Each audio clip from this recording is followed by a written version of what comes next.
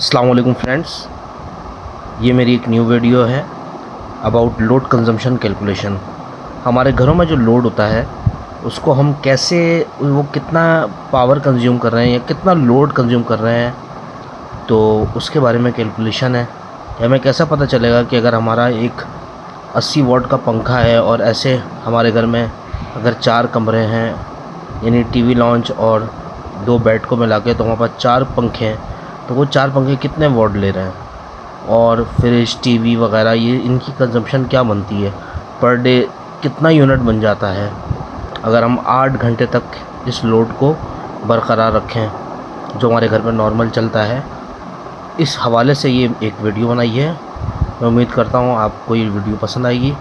Kindly like करें मेरी video को, शेयर करें, कमेंट करें और सब्सक्राइब करना ना भूलें और सब्सक्राइब करना तो बिल्कुल ना भूलें। शुक्रिया। अच्छा,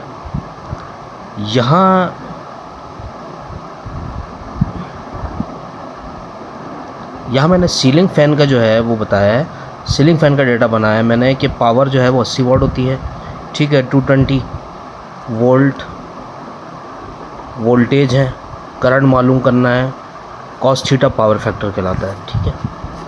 यहाँ मैंने ब्रैकेट फ़ैन का कैलकुलेशन की हुई, पहले इसको समझ लेते हैं। पावर का फार्मूला है सिंगल फेस के लिए P/VI कॉस थीटा। अब पावर जो है वो 80 वॉट है, यानी 80 वॉट का पंखा होता है सीलिंग फ़ैन। 220 वोल्ट वोल्टेज है, आई हमें मालूम करना है, और 0.8 पावर फैक्टर। 0.8 मल्टीप्लाई बाय 220 ये हो जाएगा 176, और 176 को 80 यानी 80 डिवाइड बाई 176 करेंगे तो हमारे पास करंट आ जाएगा 0.45। यानी हमारे पास एक 80 वॉट का जो पंखा है वो 0.45 एम्पेयर कंज्यूम करता है, ठीक है। यानी 0.45 एम्पेयर उसका रनिंग लोड होता है। इसी तरह ब्रैकेट फ़ैन जिसकी पावर 135 वॉट होती है, वोल्टेज 220 लेता है, इसी तरह हम पावर के फार्मूले से उसकी लोड कंजम्पशन निकाल सकते हैं। अगर 135 तकरीबन 135 से 140 वाट और 155 वाट तक के भी मैंने ब्रैकेट फ़ैन देखे हैं, और ये आपका पेडिस्टल फ़ैन 155 वाट इतने होते हैं उनके वोल्टेज इतने ही होते हैं। तो अगर 135 वाट का ब्रैकेट फ़ैन है उसका हमने लोड मालूम करना है, तो I = 135 डिवाइड बाय 176, तो हमारे पास जो लोड आ जाएगा 0.767। यानी अगर एक ब्रैकेट फ़ैन है जो 135 वाट का है, वो 0.76 एम्पेयर जो है उसका रनिंग लोड होता है, यानी वो 0.76 लोड लेगा।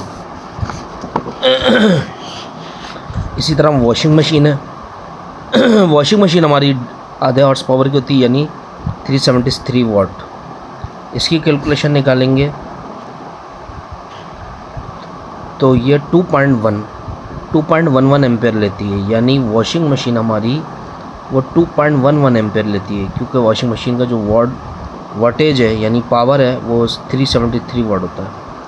इसी तरह LED टीवी तकरीबन 120 वाट का होता है, और हम इसकी कैलकुलेशन करके पावर का फार्मूले से P/VI cos थीटा से जब इसके एम्पेयर निकालेंगे तो 0.68 एम्पेयर हमारा 120 वाट का टीवी यानी LED टीवी भी लोड ले रहा होता है।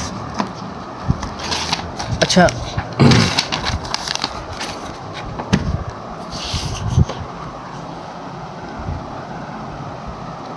अब यहाँ आपके पास मैंने एक एग्ज़ाम्पल है मेरे पास कि एक नॉर्मल 4 बेडरूम का जो है ना पोर्शन है, जिसमें एक लॉन्ज, एक डाइनिंग रूम है और 2 बेड हैं। उसका मैंने एक अजम्पशन की है, लोड के 4 पंखे हैं, उनका ये पावर है उनकी, बन गई 4 पंखों की।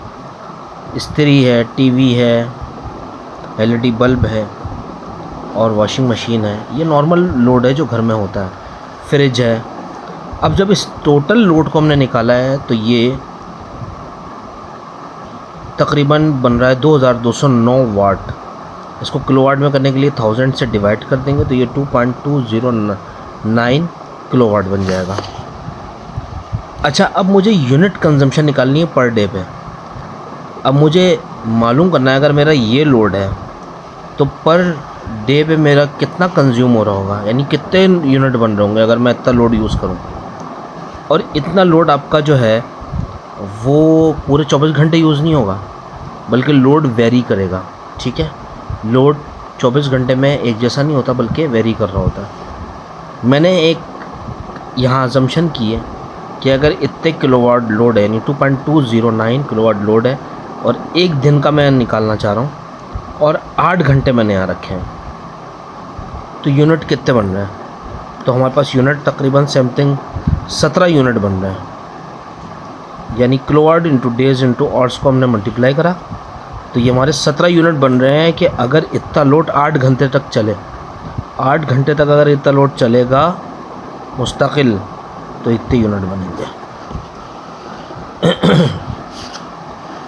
Unit consumption per month without extra load, यानी अगर हम यूनिट कंजम्पशन निकालें किलोवाट आवर में, उसमें से हम इस्त्री निकाल देते हैं और वॉशिंग मशीन निकाल देते हैं, तो हमारा लोड बन जाएगा 0.836 किलोवाट।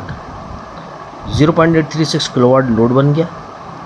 ये मैंने मंथ का निकाल लिया पूरे, कि अगर मैं ये एक्स्ट्रा लोड निकाल दूँ, ये वेरिएबल लोड है, इस्त्री हर वक्त नहीं होती, वॉशिंग मशीन हर वक्त नहीं चलती, मैंने निकाल दिया। उसके अलावा जो मेरा लोड है, ये लोड सारा, इसके अलावा इस्त्री और वॉशिंग मशीन के अलावा ये मेरा नॉर्मल लोड है। ठीक है, अच्छा यहाँ मैंने पानी की मोटर ऐड नहीं की है, लेकिन ये मैंने एक फ्लैट पे बनाया कि अगर एक फ्लैट है तो उसका लोड कितना होगा। तो 0.836 किलोवाट 30 दिन के लिए 8 घंटे, इनको अगर मैं मल्टीप्लाई करता हूँ तो ये 200 यूनिट बन रहे हैं। अगर मेरा लोड इतना है और 30 दिन तक चले और 8 घंटे तक इतना पीक लोड चले, ये लोड कम भी होगा, ज़्यादा भी होगा, लेकिन मैंने ये एक एवरेज निकाला है कि 8 घंटे तक अगर इतना लोड 30 दिन तक चले तो 200 यूनिट मेरे बनना चाहिए।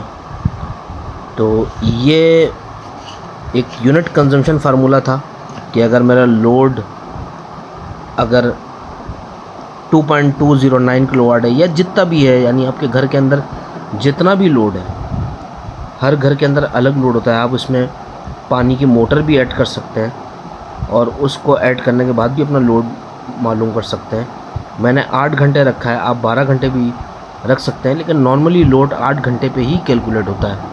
हम जो पीक लोड लेते हैं वो 8 आवर्स पे ही लेते हैं, यानी 8 घंटे पे ही लेते हैं। तो इस तरह आप अपना लोड मालूम कर सकते हैं, और लोड मालूम करने के बाद उस लोड से आप अपने यूनिट निकाल सकते हैं कि अगर आप इतना लोड चलाएं 30 दिन तक तो आपके कितने यूनिट कंज्यूम होंगे। तो मैं उम्मीद करता हूँ आपको ये वीडियो पसंद आई होगी और इससे काफ़ी आपको इन्फॉर्मेशन मिली होगी about unit consumption per day और यूनिट कंजम्पशन पर मंथ। और मैं उम्मीद करता हूँ कि आपको इसमें कोई प्रॉब्लम नहीं होगी इस वीडियो में, और अगर इसमें कोई प्रॉब्लम हो तो मुझे काइंडली कमेंट करें, शेयर करें इस वीडियो को, और सब्सक्राइब करना ना भूलें। शुक्रिया।